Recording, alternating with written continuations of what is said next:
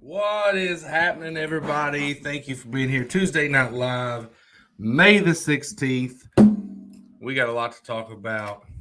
I am flying solo tonight for a little while until Michael gets here, just like last week, and just like some other nights. Mike's slacking. We're going to let him know. But we're so thankful that you're here. Let us know where you're watching from.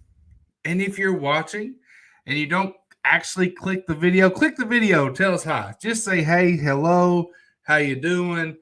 Tell us where you're watching from, and we really appreciate it. Yeah, Mike will be here soon. We just had, if you follow Eastern Outdoors, you know we're from Kentucky. Hello, Jimmy Carroll. Thank you for being here, my friend.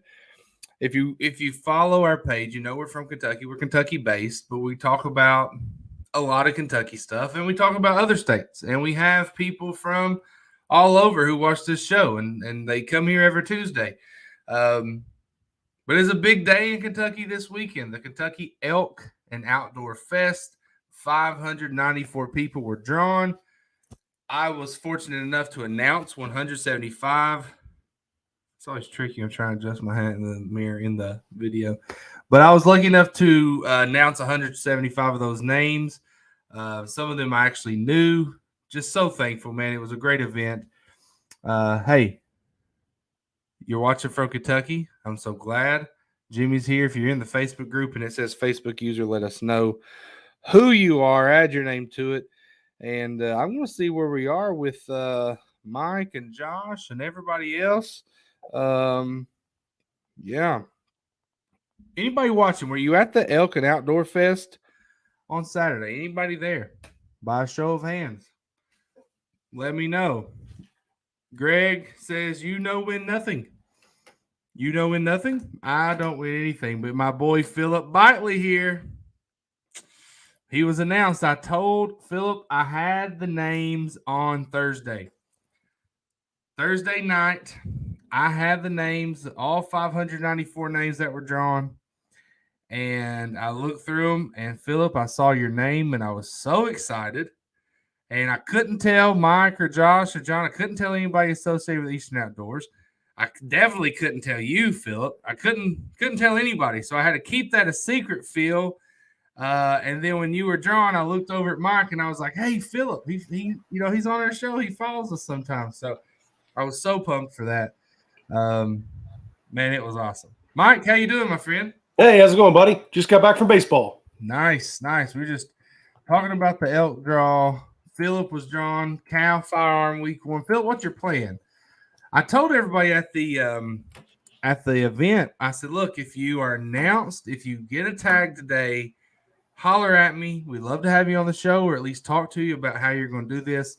It's a process, right? Philip is not just going to go out there and roll the dice. He has to apply for 5 units, 1 through 5, his preference. Fish and Wildlife will get back to him with the unit that he has drawn, and then Philip is going to put a plan together. He just says right here he's going to do it himself. I totally respect that. That's what I would do too. And yeah, I think that's great, Philip. And Philip, anything that we can do to help, man. You get your unit, let us know. Maybe we know somebody. Maybe we can give you some advice. Maybe we can't. I have no idea. But we're here to help everyone. Yeah, Philip says, yeah, I'm down to do whatever with y'all. Already have an idea of what I want. Sounds great, Philip. Here's what I would do. If I was going to do it myself, and Philip wants Unit 3, I can't even tell you off the top of my head what Unit 3 is, Mike. I don't even know. I don't either. Yeah. So somebody says, man, I've missed you. I've missed you too. But anyway, if I was drawn, here's what I would do. I would want to do it myself, right? But, and I've got 3 people, I've told actually today 4 people that this is what I would do. No obligation. But our good friend and successful elk guide, Hurley Combs, he has a consultation. And I saw Mark Lilly. I don't think Mark Lilly's on here right now, but I saw Mark Lilly say either today or yesterday that the being drawn the first time when you get your tag is it's just as important. The drawing for your unit is just as important. I know nothing about that. So what I would do is I would call Hurley.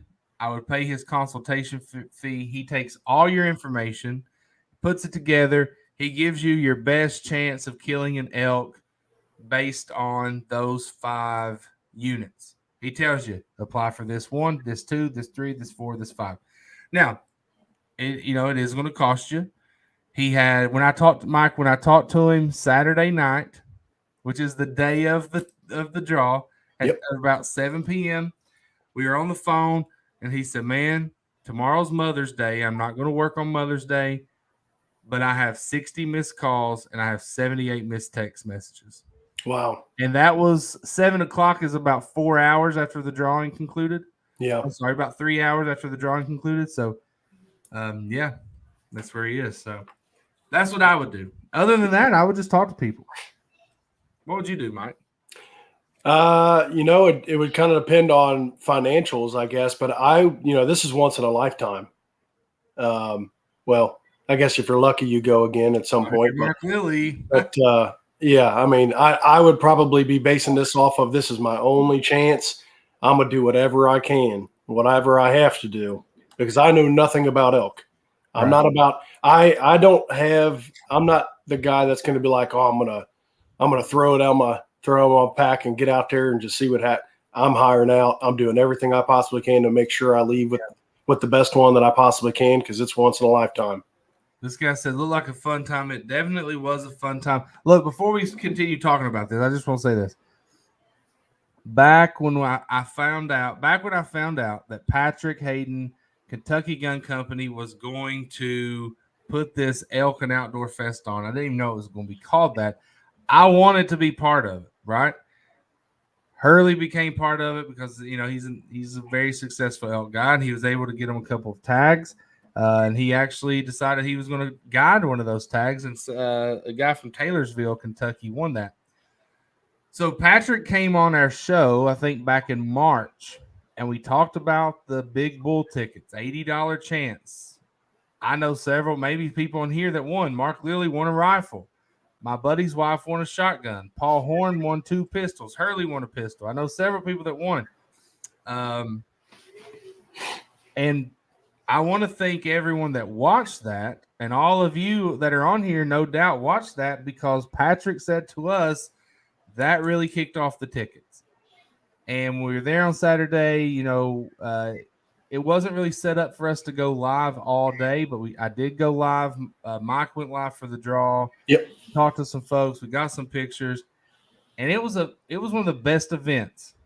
Now, I've been to it at Prestonsburg. And I'll just be honest, when I was there at Prestonsburg, there were more people under that tent this past Saturday than there were in the entire building at Prestonsburg for it. So this was a no-brainer from Fish and Wildlife. This is an awesome job from Patrick and Kentucky Gun Company, and I can't wait I'm already excited for next year. Yeah. I bought 2 big bull tickets. I bought a general admission ticket. I didn't have to buy that, but I did.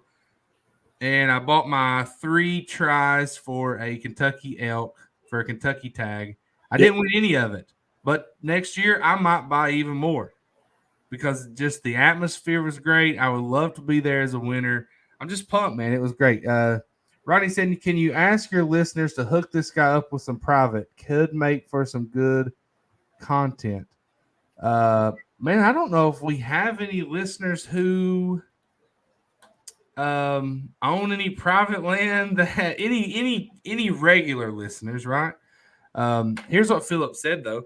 I went last year, so I kind of have an idea. We had a guide last year and it didn't work out. Plus, I'm too broke to hire a guide. I'm going to be putting in a lot of scouting. Here's my thing. I said it, and I don't care to say it. Hurley is one of my best friends. Like I talk to him all the time. But I'll still try to do it myself. Now, would I lean on him a little? Yeah. I would get the consulting, but I would still try to do it myself. I'll tell you a story. And Mike, I know you're itching to talk. I'm sorry. I'm going to. No, you're good. I'll tell you a story. Hey, WO, glad you're here, brother. I'll tell you a story. I think it was last year, a man from Alaska. He got drawn. He decided what I decided. I'm going to do it myself. DIY. Most rewarding. So much fun. He went all week, didn't see an elk. He called Hurley. Said, hey, I've got one more day to hunt. I need your help. Hurley said, let's do it. By like 8 a.m. the next morning, he had a cow on the ground. And so I think that would be what I would do. I would tell Hurley, hey, I'm going to pay you for your consultation fee. I'm going to take all your advice. I'm going to try to do it myself. But on day 3, I might call you.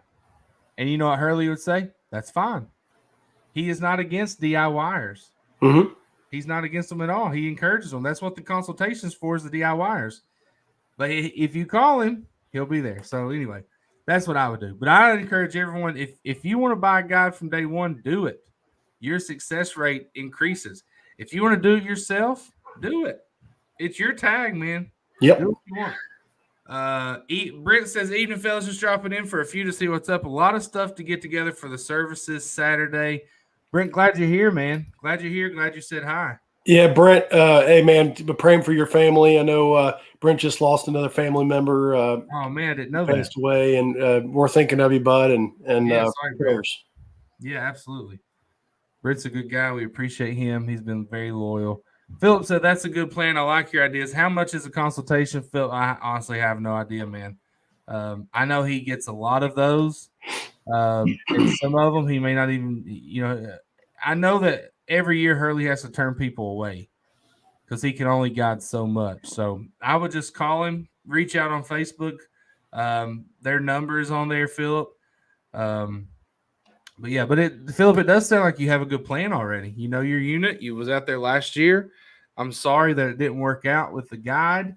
I'm not going to bash a guide, so I know it's hard. So, yeah. Hey, I had a question for somebody. I had a friend, actually Megan Smedley, who writes for us sometimes. I just posted a story of hers on Mother's Day about women hunters. Her husband, Josh, Jacob Combs right here. My man, Jacob, new dad, Jacob Combs, right? I mean, Jacob's committed to this family business when he brings like his 3-week-old baby out to the Elk Fest. Mike is in a daze. Mike, are you good? Tylenol cold or something before you came in here? Huh? Did you take some Tylenol cold or something for you? I probably should, because I'm fighting allergies, man. But Jacob says message him or his dad. I don't know if he's watching. He ain't watching, Jacob. He ain't watching. He's probably asleep. Let's see. Bub's Tackett. Now, Bub's an Eastern Kentucky fella. He can get along. He gets around okay in the mountains. He says, 10 years ago, I would have DIY. I haven't seen a lot of elk in my area the last few years. Not saying they aren't here, but I'm going with a guide if I get one in the year or two. Bub, I would have loved to have said Michael Tackett Jr., I guess maybe Junior. I don't know. Is he Junior? Michael Bub Tackett. I would have loved it. I did call my friend Aaron Redmond's name. And I tell you, he has been so hyped since then. I bet. And I texted. Here's what I did. I promised Patrick. He asked me if I'd announce those names. I promised him that I wouldn't tell anyone. And he even said, now look, you can't post it on Facebook. And I'm like, I understand you're saying that, but there's no way I would ever do that. Right? Yeah. I mean, that would just be crazy. They'd be asking for like banned from all Kentucky outdoor events ever. Yeah, you'd never be back. That's for sure. So, but what I did do was I text my friend Aaron, and I was like, man, guess what? I get to announce the archery tags. I'm so excited because he's a big time hunter. I said, you need to try to, are you going to try to make it a Bardstown? And he's like, no, man. He just had a baby last fall. He's like, no, man, I got to babysit. And I was like, yeah, okay, well, you can catch it on the live stream. And I was so disappointed. I wanted him to come. Yeah. And then when I announced his name, just a few seconds later, he was watching on the live stream. My phone started buzzing. My pocket. That's cool. I mean, what's he thinking? I'm going to stop announcing and just say, hey, man, congratulations. No, but he was so excited. And I I'm so pumped. But I want to ask everybody this. Let's see. Bub said, "I was waiting for you to call it. You was made for the stage." Thanks, Bub. I'm a regular. But I talked to Aaron, and Aaron has an archery tag, either sex archery, right? He can kill a bull or a cow, and he has options on weapon: compound, crossbow, or longbow. He exclusively hunts with a longbow. Like all his deer, longbow. Yeah. He doesn't even own a compound or a crossbow. And all of his friends, his cousins, his cousin was also drone, which is cool. And I have said, hey, you should probably think about using a compound. He's like, not doing it. He's like, he said, I'm not comfortable with a compound now that I've shot my longbow so long. And he said, so I said, all right, bro, go for it. That's tough. I mean, people do it. Yeah. And if anybody I know can do it, he can, because he's really skilled with it. But it makes me a little nervous. I said, bro, I just don't want you to lose. Like you said, Mike, this is a once in a lifetime thing. Yeah. Probably. And I'm like, dude, I just don't want you to mess up over it. And he's like, no. I have zero, like, I don't know. I just don't have any ego when it comes with that stuff. None at all. If I know nothing about elk, I've never tried to call an elk. I don't know where to find one other than Eastern Kentucky. Like, that's all I can tell you. Like, I don't know where to go. So I would be hiring if I had, I'd figure out the funds. I'd be hiring totally fully blown, hired guide. It would be the whole kit and caboodle. If I would take my compound or my crossbow. I'd take both. Yeah. I'd take both. If we got into a situation where day one, like we found out that they were in a spot that was going to be difficult and I started second guessing my shooting ability, crossbow it is the next day. Like, hey, no ego. So you're super conservative when it comes to distances. Would you be a little more aggressive because of the type of hunt that you may never get it again and you're paying a lot of money? No, probably not. Because in the end, it would be more brutal. It would be more brutal to take that, to go outside of that comfort zone. For one, let's back up a little bit. I would make sure to practice at longer distance for a long period of time leading up to. If I knew I got picked, that's a no-brainer. That's when the practice would happen. So, yes, so maybe you could expand 10 yards. Yeah. I would probably open it up a little bit. However, I probably would still stay very closely into my own parameters because it would hurt way worse to get a shot and wound one and not find it. It would hurt way worse. Here's a question for everybody watching.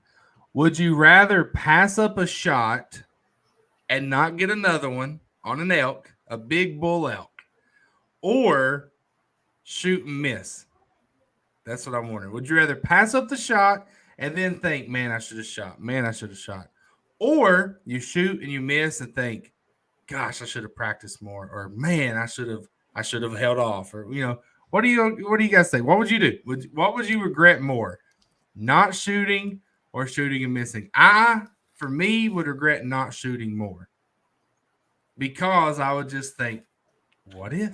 You'd let it fly. Yeah. And and I'm not talking about like a crazy shot where you might injure it or something. Yeah. I'm just talking about a solid shot. I mean, people miss easy shots. People miss shots, especially on a big bull and your adrenaline's, So yeah, and if you're talking archery, says, let the turkey deal go. Yes, that's exactly. I'm relating to that. Scott also said, what does Scott say about me up here? We got a lot. Scott said, must have been a big stage. John looked little. Yeah. You know what, Scott? Somebody told me, they said, you look like Scott Butler up there if Scott was smart and good looking. That's what they said. If Scott was smart and good looking. No fly, no die. I think people are with me on this, Mike. Yeah. I'd imagine so. Man, I'm always – there are tons of times where I end up leaving the woods and it's like, wow, I really screwed up. I should have shot. Yeah. I'd rather, I mean, it hurts, but I'd rather do that than not be 100% sure that something's going to die. I'd rather just not have that opportunity than shoot and miss, or because when you shoot and miss and it's a what if, it could be a shoot and hit, and then you got problems. But and then you're tracking. And you know what though? Most of your elk hunts, you have more than a couple people. Sure. Track that thing down, man. Put another one in it. Take it home. That's it. That's it right there. And it's that easy, right? It's that easy. John, you're half the man Scott is. Literally. That's what they meant. Literally. I'll take it. Philip says, I'm only taking a shot if I know it's going to be a decent shot. If I miss, that's on me. That's what I'm talking about. But I guess if it's a decent shot, you're always going to take it. So I don't know. So here's my question. If the question I want to pose to the group here, if you saw Mike, how amazing were those 2 big bull elk mounts under the tent, right? Yeah, they were awesome, man. They were awesome. One of them was in my frame for the entire time while I was recording. Oh yeah, it was. Yeah. And that was the smallest out of the 2. I know. Yeah, it was. Yeah, the other side was a bigger one. So, if you had a cow tag, right, everyone would want one of those big shoulder mounts. I don't have it. My house, my ceilings aren't tall enough. I don't know what I would do. But everyone would want one of those big shoulder mounts for a bull. If you had a cow tag, would you get it mounted? Oh, that's perfect. Philip literally just asked that. Would you all get a cow shoulder mounted? I had this question the other day, and I said, if I wanted to. Like, if I wanted to mount anything, I would. Yeah. Philip, if you want one, then you should do it. I'm not like a crazy mount guy. Like, I'm not going to put mounts all over my house. Once I build my garage outside and I have an upstairs room, then I might fill that room up. But for me, Mark said he's getting his collared cow. Why is it not showing up? He's getting his collared cow mounted. Mark, did you get to keep the collar? I know you didn't. There's no way. Or does it? I don't know. I think you can. You can't take it off. You have to keep it, right? Those are expensive. Those collars are expensive. Yeah. I don't know. Now I can't. Now I'm not sure. Mark, let us know. Greg says never know the feeling of shooting and miss, so shoot. So Greg's never shot and missed, I guess. Is that what you're saying, Greg? Heck of a guy. So would you get a cow shoulder mounted? Mike, would you? No, I wouldn't. Okay. Probably not. See, I don't even think I would do a shoulder mount for a bull. I would do a Euro mount, which I think looks really cool. Those are cool, especially elk. The Euro mounts, the skulls are bigger. Yeah, they are cheaper. I would absolutely 100% do a bull elk, but I would not do a cow. The answer is no. You don't get to keep the collar. I didn't think so, but I thought, well, how do you get it off? You have to call somebody to come get it. But they're very expensive. I know that. I can only imagine, yeah. Those are very expensive. So I say, Philip, if you are a mount guy, if you're a guy that likes – why is this not working?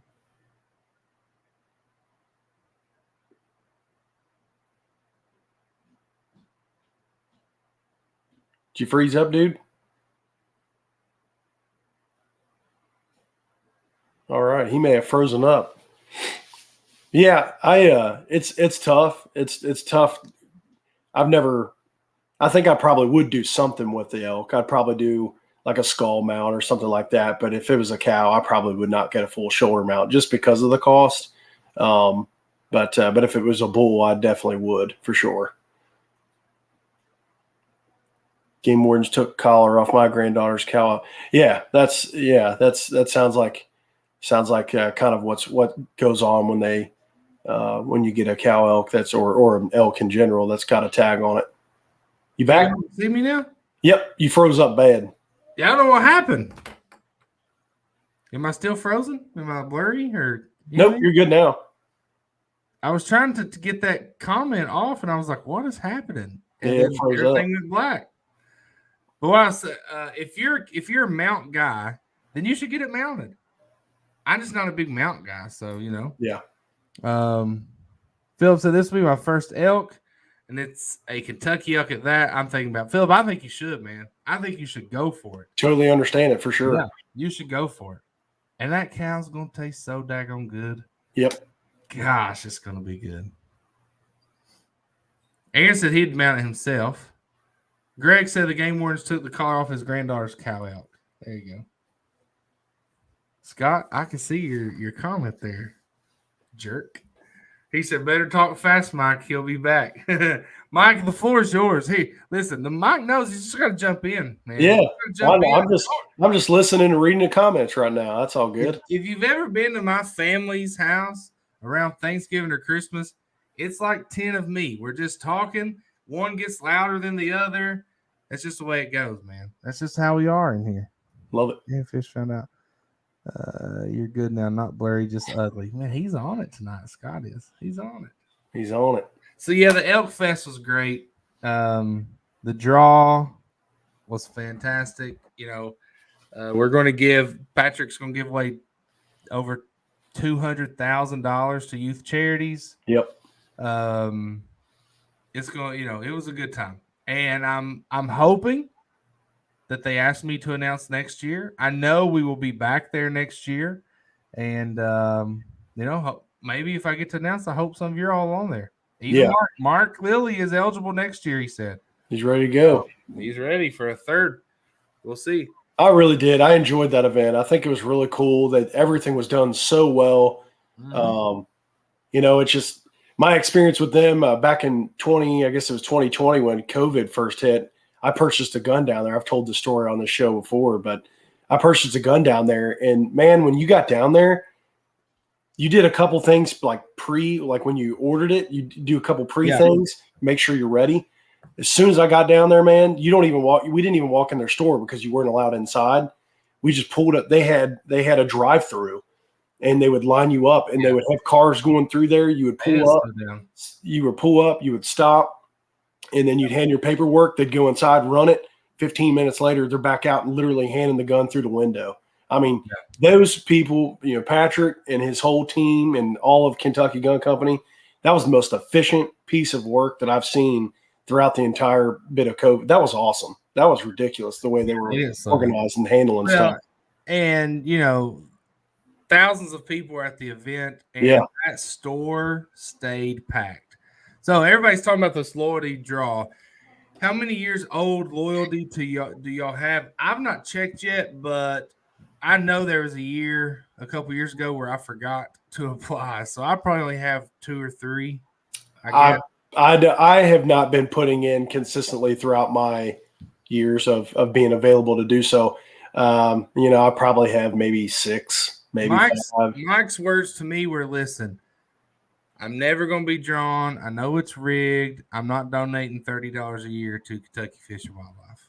To be honest with you, it's kind of I've never really had that attitude about it, but like I have had the attitude in the past, especially being younger, and you know, I don't know if it was a money thing, but you're just kind of like, the chances are why bother? I'm not even going to do it, you know. So Jonathan has 18 of 23, which is good. That's great. Good. Yeah. Bub has 9 because he missed 2014. He'd probably have 20 if he didn't. Yeah. What I was told by Commissioner Rich Storm is there are it's either 62 or 63 people that have put in every single year. So if it's 23, and Hurley was on that list last year, so maybe it's a little lower now, but there were 62 or 63 people that had 23 out of 23. So Bub says he only puts in the bull tags now. I do too, Bub. I put in for archery and rifle bull. I don't put in for cow. Yep. Just I would rather kill a bull. Now, if I got an archery tag, and I went a week without killing a bull, and I went back and I would kill a cow if I had to. But that's what I do. So how many some of you older fellers, how many do you have loyalty points? Some of y'all probably have quite a bit. 61, Rich commented. So maybe there were 62. Hurley got drawn, and there's 61. Yep. WO says, I killed a bull elk in Colorado several years back on a DIY hunt with friends that had hunted the area several times. Caught in 3 bulls, killed a 6x6, helped taxidermist on a job before I went. And he said he would mount my elk for cost if I got one. The cost was $200. Wow. I gave him $300 for shoulder mount. Worked great.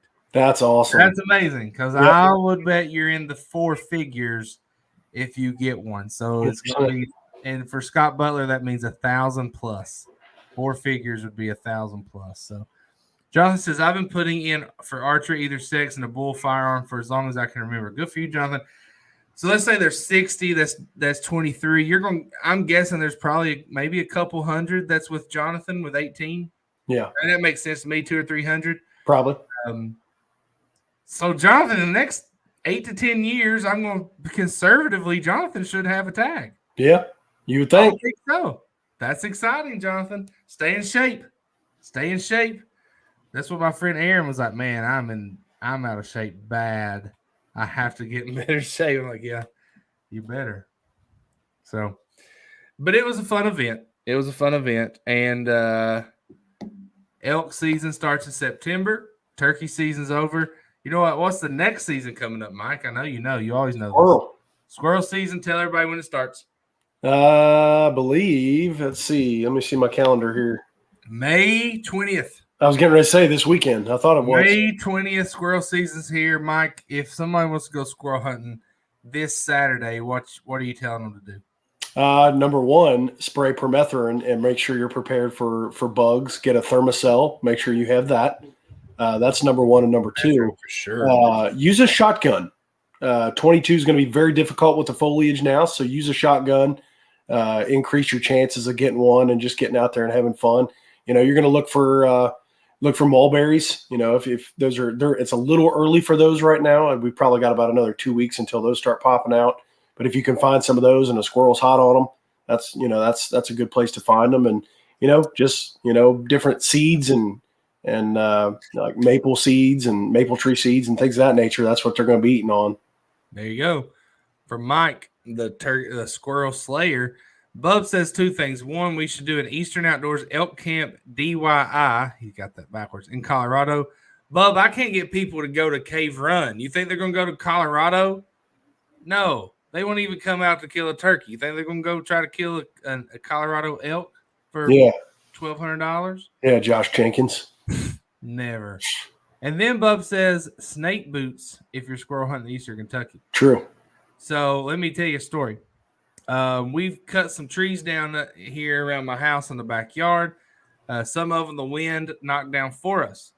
And there was a part of my yard that had grown up significantly high because it had trees laying in it past my knees. So what I did was I started off, I'd pull my truck up and I'd throw some of the logs in the back of my truck.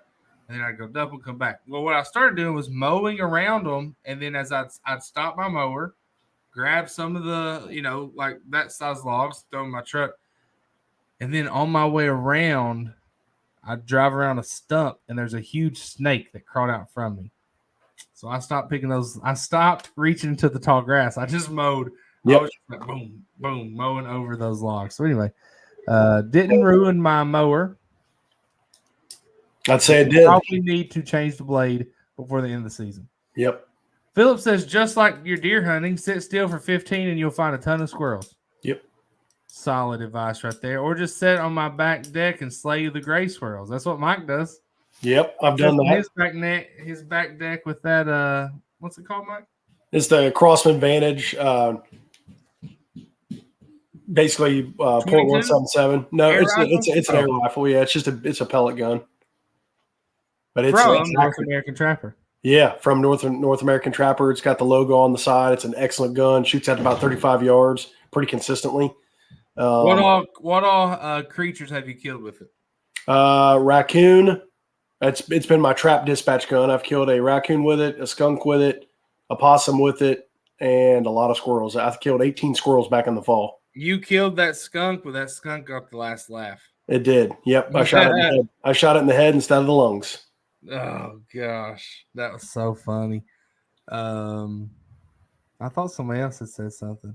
But throughout the fall, last fall, I got about 18 squirrels. I got 18 squirrel tails in my garage right now. That's awesome. You know MEPS that makes the inline spinners? Yeah. They buy those. They do. So Mark says, I think they should just give those 61 tags and cut the number next season. 2 things, Mark. 1, that's a good idea. 2, I would bet Scott Butler's salary that they cut the tags next year. I bet we are below 500 tags next year, maybe below 450 next year. Wow. I would say you're going to see like a 25% cut. Wow, really? So here's the word. Everyone, if you listen, guys, if you see people saying, talking about the cow tags, like there's a group of people that are like, we need to cut out all cow tags. They don't really know what they're talking about. So there are the recent studies, and I'm not going to get into all the details right now because I don't have them all with me.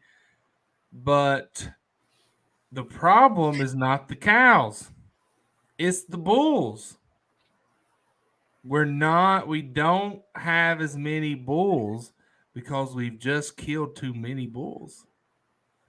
Our cows are actually growing and doing well, and our bull herd is decreasing. Huh. So I think you're going to see a decrease in tags. I would guess, I would say 150 tags will be gone. That's what I would guess, 150 tags, which will take us down to about 450. Chances are going to get harder.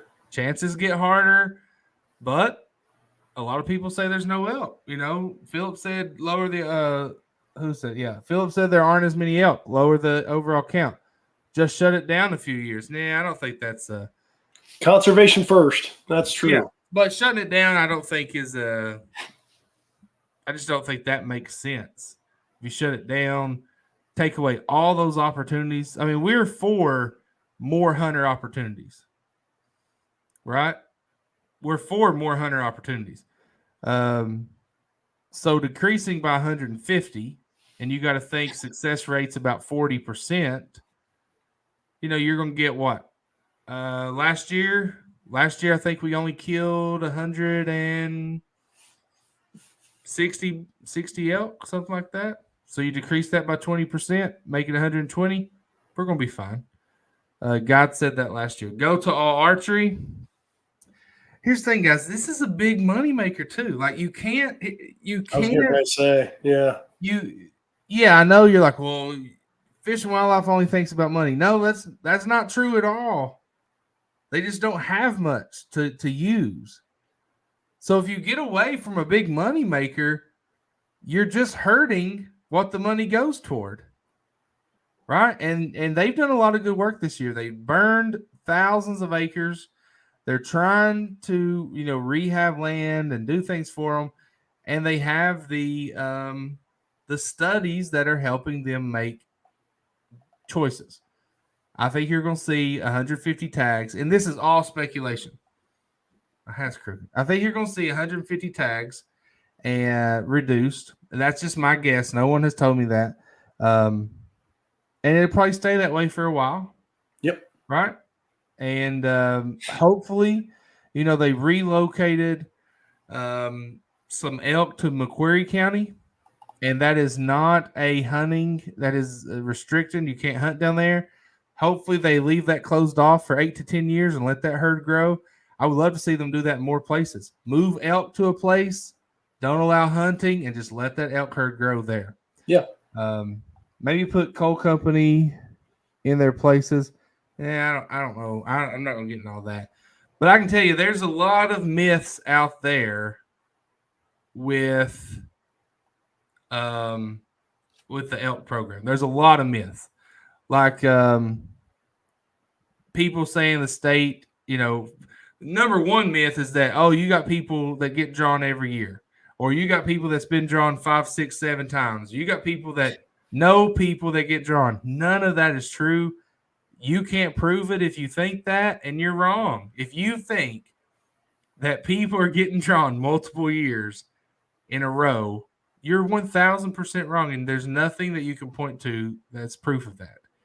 If someone has killed an elk consecutive years, 2, 3, 4 consecutive years, they're paying $15,000 to $20,000.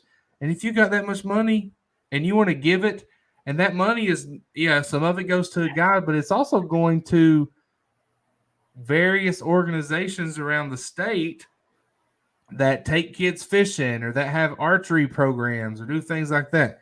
See, Rick Crossley 3 times in 18 years. Rick's just a lucky son of a gun. right? He's just lucky. Good for Rick. Some of you've waited 18 years and you've never been drawn. That's just how it goes. It's a long shot. Yeah. Shane says Fish and Wildlife's done a good job with all species in the state except elk and bear, in my opinion. Shane, I would love to hear what you think they've done wrong with elk and bear. The bear population is great. You think there should be less bears? That's just less hunting. I mean, I think instead of saying, hey, let's do what we can to get rid of these bears, how about more people buy bear tag? I want to get one so bad. That's like buy bear tag. Yeah, for sure. Yeah, we'll never have a spring season of bears. We don't have. If you compare, if you go to Harlan County, which is where I'm from. Hey, Philip. Philip says it's been great. He's heading out. Philip, man, we are so happy for you. Like when I saw your name, dude, I lit up. I was actually driving, swerving all over the road, looking through names. Saw your name. I'm so happy for you. If there's anything we can do for you to help any at all, you just let me know. Shoot me a message. Forgot what I was saying about bears. If you go to Harlan County, you're kind of going into you go to Harlan County, there's a lot of bears. You go to Knox County, or you go to Kyle, that's not Harlan County moonshine. It's just a lot of water I've been drinking. I knew somebody was going to say that. I was surprised it took so long. But if you go to Harlan, Bell, Letcher, lots of bears, right? Lots. Yeah. They're a nuisance. I agree. But you know what I found out? So many people complain that won't buy a bear tag. Yeah. Right? Yeah. Go buy a bear tag and help out. It's only $30. Now open. And if you take Kentucky's bear population and you compare it to North Carolina or Pennsylvania or maybe even Virginia, we don't have some crazy population. It's just very concentrated in some areas. I think we over-harvested elk for years. I was part of helping hunters as well in the early years. The department kept overestimating the herd and then admitted it was too late. I mean, it looks like we've been killing more bulls than we should lately. It looks like that. So, here's my thing, Shane. If you think that the department made a mistake, of course they're going to make, they will. I just, when people get into, the, what's the word? Not rigged, but when people start saying that there's a lot of self-interest involved, I just don't see that with people I know at the department. Like, I feel like the people that I know there, and I don't know everybody, that they are making the best decision with the data they have. But it does look like Shane's right that we have killed too many bulls. So, that sucks, but maybe we can fix it going on. I've seen a lot of bear in Pike County. Oh, yeah, lots of bear in Pike County. Pike is huge, though. Pike is just a massive county. Bub says, take me to Harlan County with you this year for bear hunting. Mike, you think we'll get one this year? I hope so, man. We've got enough information just from the last couple of hunts that we've been on. I'm going to try my best to do the archery hunt this year to kind of help increase the chances. I think that December hunt's kind of difficult. When's your anniversary, Mike? When did you marry Mike? When did you marry your wife? You can't look at your phone. No, I'm looking to see what day it is. When is your anniversary? It's the 23rd. That's a Monday. Okay, so bear season will open the 21st. You're good, man. Yeah, buddy. Yeah. Let's get after it. This person said with elk, everyone is so secretive. I don't know if they're secretive. And look, I've told people in the department, like, you can get out in front of some issues if you just put it out there, right? Yep. We've had conversations. But people just lose their minds over elk. And they go with all these crazy theories that they create. And I think that kind of forces their hand to kind of keep things hushed. Do I think they should? No. I think they should be fully out in front of things, putting out information before anyone finds out about it. But, how many big bulls you think get poached, or is that an issue? It's an issue. I mean, here's the thing. Some folks in Eastern Kentucky hate the elk. Absolutely hate them. They'll gut shoot them and leave them. If it's a bull, they'll gut shoot them and cut off their heads. Right? Yep. I mean, I'm not saying it is a major issue on the decline of the herd, but it is an issue. It plays a role, guaranteed. Yeah, it's probably not the first issue. Cole Warden just sent us a message. So, yeah, I think elk's like turkeys. There's not just one factor. It could be the number of tags given. It could be habitat, right? Coal mines moved out. They're not doing more strip mining. They're not reclaiming that land. That was the perfect habitat. It's all growing up now. So, yeah, they're trying to do things. I will say this. The one thing that Kentucky has going for them with the elk herd is John Hast, who is the elk coordinator, who I think is one of the best employees, one of the best workers in the Kentucky Department of Fish and Wildlife. I think he's fantastic. That's awesome. And I think he would do his best. He's also the bear coordinator, so Shane don't like him at all. Just kidding. Some people just like to complain about things in their situation. Oh, gosh, all the time. All the time. Complain. That was a good question, even on my salary. That was a good question, Scott. I'll give you a lot of credit for that. That was. So, agree, John. Good man. Yeah, he is a good man, Rick. He really is. And he's been great to us. If we have questions, he's been very open and honest, and he's very intelligent. Like, I asked him one time if, bears were dumb. Like, bears do dumb things. And then he just explained to me how bears aren't dumb. They just do dumb things, So, yeah. I like him. Yeah, I want to get a bear so bad. I do too. It's honestly, I know that elk is such a long shot. Bears at the top of my list. Yeah. Shane, I agree, man. I mean, yeah, that's just Kentucky has written the book, so to speak, for how to manage an elk herd in the eastern United States. We're the only one that has an elk herd to actually manage and grow. Yeah. And so of course they've gotten things wrong. Right? I don't think anybody would ever deny that. But it's still a good opportunity. And there were still thousands of people that showed up for that opportunity. Yeah. So until that is gone, I don't think it'll ever be gone. I think they'll figure it out. Let's just have a little hope. If they would come, I would have a rug on my floor by now. Well, I mean, they're fast and got a great nose, bub. They're still. So before we go, a couple things. We talked about squirrel season coming up. We've wrapped up turkey season, thank God.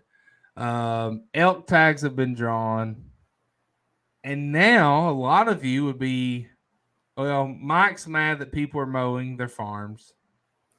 Hold off if you can. Hold off if you can. If you can't, full speed ahead, right? Let them lay where they lay. If you're a farmer, I understand. But a lot of folks right now, I guess, would be putting out their Kyle, I'm trying to get to it. A lot of folks right now would be filling their feeders up with corn. Yeah. Am I wrong? They probably would be getting cameras out. So what's the strategy now? Or how are we dealing with this no baiting rule, and what are we going to do to get deer in front of cameras before August? Like, what are we doing, Mike? You've got private land. What are you doing? Yeah, food plot time. Make sure we're getting food plots in clover and I think we're going to do corn this year. We're going to do a good area of corn this year. That's not going to be ready until fall, of course, but lots of clover, lots of different lab and cowpeas and different. That's also kind of more later as well. But I think we're going to go millet and sorghum and things. So we're getting stuff out. We're going to get some food plot stuff out big time. Okay. You should have got it out this morning, yesterday. All this rain. I know. The rain. Yeah, we did. We actually played baseball tonight. I was surprised, but the fields were kind of a little bit tacky, but not too bad. It was definitely playable. We didn't just kind of missed it all day up here. Yeah, it poured here. So yeah, I mean, I've heard people talking about they're just going to hammer the minerals right now and the salt licks and whatnot, and but some people, you're going to start your feeders August 1st. Season starts September 4th. maybe September 3rd, September 4th. So September 2nd. So you basically have a month to get those feeders full. Now, what about you public land hunters? I mean, what are you doing? It's a tough time because everything is so grown up. It's green, but it's also a good time because usually now you can see these trails and what deer are doing. I'm just wondering what people are doing to prepare for deer season. I'm shooting. We got to start shooting our bows. We got to make sure we check our tree stands or all of our equipment that we take, and just start tuning up, practicing, doing a little scouting with cameras. Yeah, now it's time. Kyle says season starts early, velvet time, and that's what my buddy Aaron, who drew an elk tag, said. He killed a velvet buck last year. He always goes really hard early September, and he said he is giving up his velvet buck hunt this year to prepare for elk season because he can't just miss all that work. So he's got to take all his work time, his PTO time, and put it toward elk season. Yep. Bub, I like this comment, practicing with my saddle. Bub, have you sat in it? Have you climbed with your sticks? Have you sat in the saddle? Have you shot out of it? Let us know. I need to start now organizing my stuff. My garage is an absolute mess. This Saturday, I'm hoping to clean it out, take some stuff to the dump. I need to organize my deer hunting stuff. Red Trace Mineral Licks. What Jonathan said. Little antler builder. Is that what antler builder is? Red Trace? No, no, the Red Trace. Those are the ones. Those are the blocks you can buy at. We'll not say Tractor Supply. We'll say Rural King.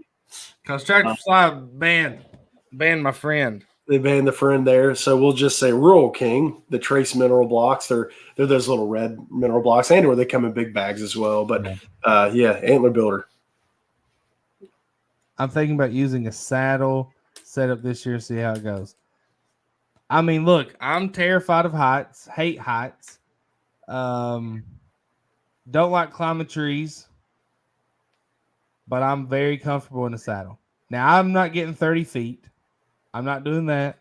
The most I probably got last year is probably 18 at the highest. Very comfortable there. That's a good height. It gives you a lot of options. Places that you can't put a climber or hang on or a ladder stand, especially on public. You're not going to carry a ladder stand a mile. You can't drive in there with your side by side. You can put a saddle anywhere, and I think Shane Allen's going to hunt Bub's ladder stand this year. He said since Bub's uses a saddle, but I think it's Dwayne. If you can get your hands on one and get comfortable in it, I don't think you'll ever use anything else. Here's what I want to know, Dwayne. If we do deer camp, who's coming this year? Anybody in here interested in doing a deer camp this fall? We can do one September 2nd, but it's hot and muggy. I'm thinking more toward October. Do a deer camp maybe 1st of October. What's everybody think? Who would come to a Western Kentucky deer camp 1st of October? Anybody doing that? Anybody come with us? Mike, you can make that 1st of October? Yeah. Bear hunting? Yeah, I'd say so. Yes, sir. Dwayne's there, and I know Dwayne will be there because he was at the first one. He had a good time like we all did. Who else is coming? Bub, you coming to Western Kentucky? I've got to make sure Bub's off work. We will have it the weekend Bub's off work. So, Bub, you coming to Western Kentucky to deer camp? Bringing your boy, using your saddle. We need to get out there and scout before. Yeah, it would be nice. Vacation starts November 4th, so around that time will work for me. We'll probably do we might do that. Bub says if he's off work, he's game. Kyle says if you live in a heavily forested area, open up the canopy a bit to allow sunlight to hit the ground. The response in vegetation can be beneficial in terms of forage for deer. Excellent, Kyle.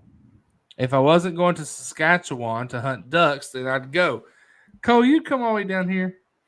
WO says he may come if it's October. Middle to end of October is better. Yeah, we can, but we're going to be bear hunting, Greg. We're going to try to do a gun camp as well. We're just trying to space it out, son. Yep. Deer move in early October, just maybe a little harder. Acorns. There's a lot of those. Yeah. Kyle, when do you think, Kyle, if you were, what's Kyle, the deer biologist, opinion on when to hold deer camp? Is it 1st of October? Is that okay? I mean, I don't see anything wrong with that. No, acorns will be dropping. You got a chance of the weather kind of cooling off a little bit. Absolutely. I think the weather, bro. Yeah. Acorns will be dropping in late September. So, I mean, that's the perfect time to start really getting after it as soon as those acorns start dropping. Yeah, so we could do here's my plan: doing a deer camp for archery, doing a bear camp for archery, doing a rifle camp, doing a deer camp for rifle, doing a bear camp for rifle. I want to do 4 of those. October's cooler; it can be the most fun hunting. There you go. Gotta run, Guts. Be safe. I think he meant guys. Scott, thanks for being here, brother. We appreciate you. See you, Scott. See you, Guts. Penny Ryle quota hunt. We going, John. So Bub has convinced me that I need to put in for the Penny Ryle quota hunt, which will be probably that November 4th is probably when that'll be. Typically. There is Christopher Halstead needs to put in for that too. That's when his vacation starts. Jacob Combs says going to shoot some teal and wood duck here soon. Nice. Aaron says he'd be interested in bear camp. Aaron, October 21st and December, second weekend of December, we're going to do it. Harlan County bear camp. I'm going to plan it much earlier this year so we can actually find places to stay instead of staying at my mom's house because she's not going to want like 15 men there. So anyway, he said for me he meant gut. He's a liar. Look at his big head in that picture. So yeah, bear camp, deer camp. Oh, squirrel tournament. Yeah. We're gonna have a squirrel tournament. I'm just rambling now. Let's do it. Yeah, squirrel tournament. We're gonna have a squirrel tournament. Patrick said when we have one to holler at him. Maybe he can donate a couple prizes. Jonathan Gabbard says, shout out to Scott County NWTF banquet this Saturday. Awesome. Yeah, that's good. Rick says he hopes he's healthy enough. Rick, I hope you are too, brother. Best of luck with your health. I need to get a little healthier. Dwayne says, let's kill some squirrels. Squirrel season starts May 20th in 4 days. When is the best time to host squirrel season or a squirrel tournament? Me personally, I like to get them when it's that August. You're going to say August, yeah. I'm going to say August, and I say that because of the hickory nuts. It's just so much fun to hunt them. I don't know if we want to have it when it's at its peak, though. We don't want everyone to have a limit. You know how hard that's going to be? Everybody will have – a lot of people will limit. We need to have it like how does squirrel tournament work? Well, here's what we do, Greg. You and a buddy can enter to the tournament. You're allowed 6 squirrels each. And did we limit gray and red squirrels last year? What we did here's what happens. We limited the red squirrels because there's a lot of people that don't have red squirrels in their area. Fox squirrels, not red squirrels. Fox squirrels, they don't, folks in Eastern Kentucky don't see a lot of fox squirrels. So what we did was we didn't want to exclude because then you're kind of making it unfair for people that see a lot of fox squirrels, and maybe that's all they see. Yeah. So what we said was we limited it to we didn't limit anything. You can harvest whatever you want, but to enter in the tournament, whatever squirrels you end up with, we took 2 fox squirrels and the rest had to be gray. So you could enter 2 fox squirrels, and then the reason we'll get rid of that rule this time. We'll tweak some things. I mean, we learned a lot that first. I think I'm going to get rid of that rule because you know what?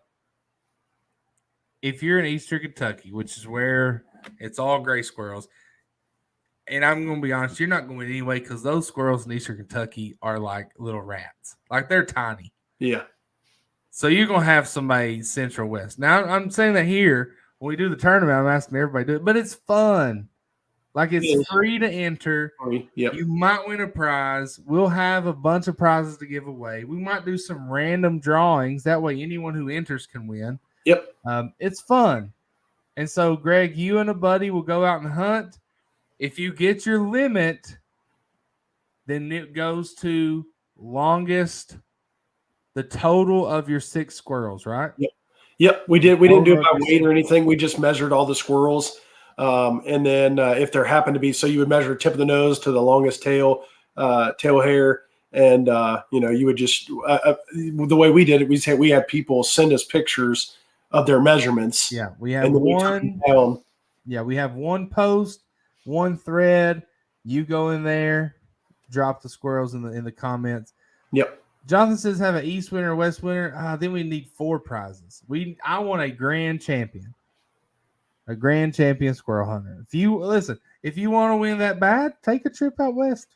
Take a trip where there's some fox squirrels. I don't know. Hey, to be honest with you, just to kind of throw out what you're saying, terrific idea, because if you're a person that likes to see different woods and also scout, use that squirrel tournament as a place to go hunt a different public land and learn a little bit about the deer activity there. So we'll do, he said just 22s. We'll do 22s, 17 HMRs, and air rifles. Yep. No shotguns. Right? I'd say. So that makes it a little more complicated. And here's the thing. This is not participation trophy. Everyone is equal and has a fair chance. Either you do or you don't. Not everyone's the fastest and strongest. Right, Mike? Not everyone has fox squirrels. Right. Sorry, you're just going to lose.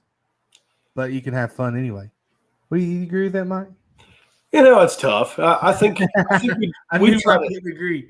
I feel, because I do. There was when we did that tournament, everybody's like, well, how are you going to let this guy, we're screwed. We can't get a fox squirrel. We're totally screwed here. So that's why we came up with that idea of saying, okay, if you say two teams limit out at 12, 6 for each guy, they bring their squirrels. They got 2 squirrels. So they've both got the same amount, the 12 and 12. Yeah. And then we said, bring your 2 longest squirrels, and we're allowed the entry of it up to 2 fox squirrels to be put into that. That way you can measure a fox squirrel. And we ended up, the 2 teams that ended up in it in the finals, we actually had to measure a second squirrel because their fox squirrels tied in measurement. It was like 26 and an eighth or something like that. Yeah. And so we had to do another one, and then another fox squirrel ended up being more than the other person's fox squirrel, and that's how we determined the winner. But it says do the biggest gray squirrel. Maybe we can do that. Maybe we can have I don't know. We'll figure it out. But the winner is going to be the one with the longest squirrels, regardless of. Listen, all squirrels' lives matter, and we're not going to differentiate between one squirrel and another. Okay. I get it. Hey, Kyle gave us a good tip there. There you go. See? Fox squirrels in East Kentucky around our reclaimed mines. Kyle's a Pineville boy. There you go. He just settled it. Go find some fox squirrels.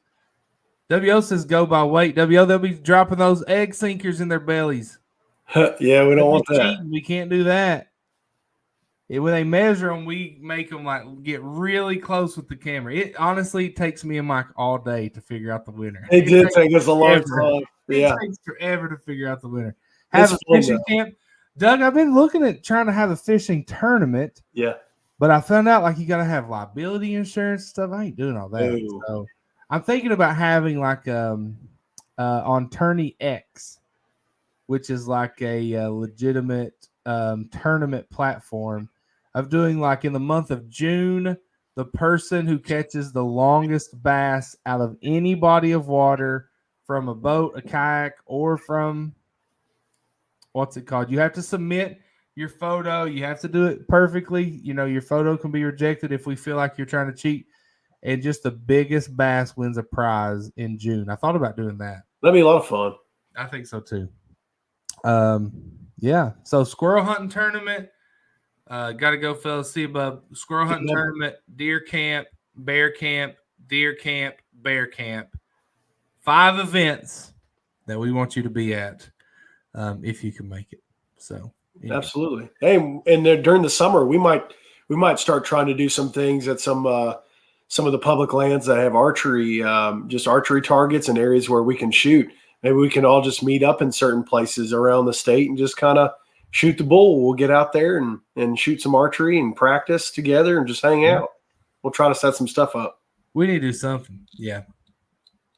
And I'm just ready to go fishing. Dwayne's caught 124 bass since January. Dang.